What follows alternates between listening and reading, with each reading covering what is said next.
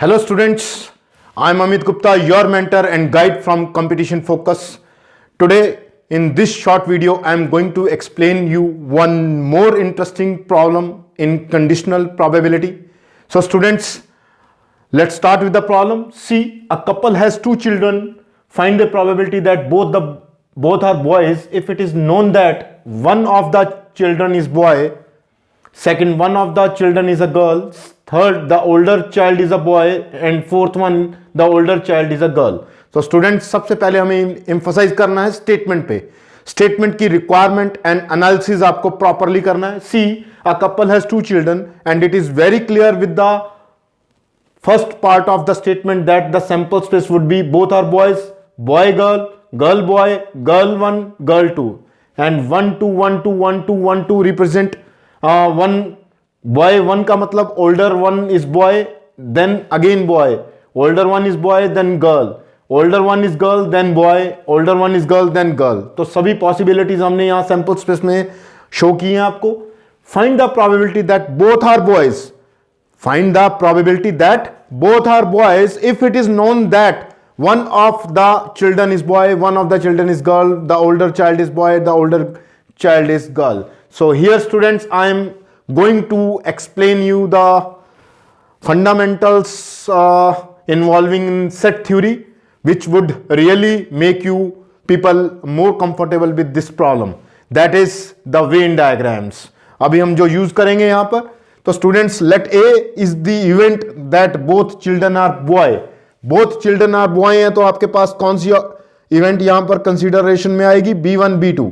तो A is equal to B1 B2 and probability of A eventually 1/4. तो students, this is a Venn diagram representing event A and this is B. अब हमें B कौन सी event लेंगे students? One of the children is boy. तो पहली option यानी कि पहला पार्ट क्वेश्चन का जो हमारा यहां पर डेवलप होगा, let B event that one of the children is a boy. तो यहां पर एक बच्चा जो होगा बॉय होगा. तो कौन कौन से सैंपल स्पेस में से इवेंट्स हमारी अब सामने आएंगी?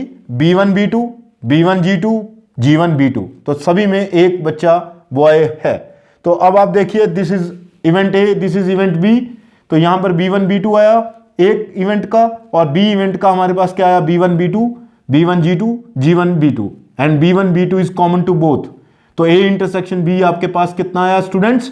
B1 B2. तो probability of A intersection B is 1/4, probability of B is 3/4, and we are to find out probability that both are boys, means probability of A with respect to one of the children is a boy, that is A with respect to B. This is the basic feature of conditional probability we are dealing with. See, probability of A with respect to B is equal to probability of A intersection B. Independent events का जो concept था, formula है, directly अब use हो रहा है. Whole over probability of B, that is 1/4 over 3/4. This comes here students 1/3. In the next part, one of the children is girl. तो one of the children is girl. तो ए सब में सेम रहेगा स्टूडेंट्स, बट वो depend करेगा कि ए intersection B में इन्वॉल्व है कि नहीं. तो यहां पर वन चाइल्ड का है, अब गर्ल है, तो G1 G2, B1 G2, G1 B2. तो अब हमारे पास set B representing event B is different from set A representing event A. तो ए इंटरसेक्शन बी यहां 5 आ रहा है. Nothing is common to both the events are now mutually exclusive, and mutually exclusive events क्या होती हैं students? in which nothing is common. तो यहां पर कुछ भी कॉमन नहीं है, तो mutually exclusive होगी. A इंटरसेक्शन B 5 आ गया, तो probability of A with respect to B comes here 0 आ जाएगी, क्योंकि A इंटरसेक्शन B हमारा 0 whole over probability of B क्या आ जाएगा स्टूडेंट्स? That is 3/4. तो 0 over 3/4 comes here 0. In the next part of question students, the older child is a boy. Older child is a boy means पहले boy आएगा, बाद में boy भी हो सकता है, गर्ल भी हो सकती है. तो देखिए B1 B2, B1 G2, बस यही दो केस आएंगे जिसमें ओल्डर वन इज बॉय. तो यहां पर 1 2 रिप्रेजेंट कर रहा है students older, then elder, older elder, older elder, older elder, छोटा बड़ा. ओके स्टूडेंट्स, तो you are not suppose to get confuse in 1 2. तो यहाँ पर 1 2 लिखा है, उसमें कंफ्यूज होने की ज़रूरत नहीं है आपको। तो स्टूडेंट्स अब हमारे पास B1 B2 A इवेंट थी जो चली आ रही है सभी केसेस में, because we have to find out the probability that both are boys. तो A आपके पास B1 B2 है। अब आपके पास क्या आ गई students, older one is older child is a boy, B1 B2 B1 G2। तो B1 B2 अगेन कॉमन आ रहा है, तो यहां पर हमारे पास ये इंटरसेक्शन B1 B2 आ गया है।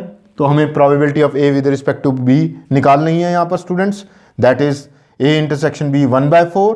प्रोबेबिलिटी ऑफ B कितना आ रहा है यहाँ पर 2/4, दैट इज 2/4 आ रहा है ना यहाँ पर, चेक कीजिए, दैट इज 1/4 ओवर 2/4 इज 1/2।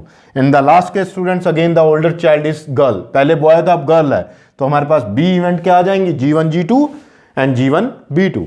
तो यहाँ पर B1 B2 is different and G1 G2 G1 B2 is different, both events are mutually exclusive।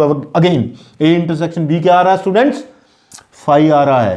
तो again A probability of A with respect to B is 0 over 2/4, that is 0। so this is the composition of 2 chapters and more than 2 fundamentals are involved here। Set theory involve हो रही है, Venn diagrams involve हो रहे हैं probability के साथ, and probability में हम कंडीशनल इंडिपेंडेंट इवेंट्स को स्टडी कर रहे हैं। ओके स्टूडेंट्स, होपफुली आपको ये बहुत अच्छा समझ आ रहा है। तो आप इन टेक्निक्स को जब भी आप ऐसी प्रॉब्लम्स को डील करें तो आप वहाँ यूज़ कर सकते हैं सेट थ्योरी को। So God bless you all students and keep shining always. Good luck.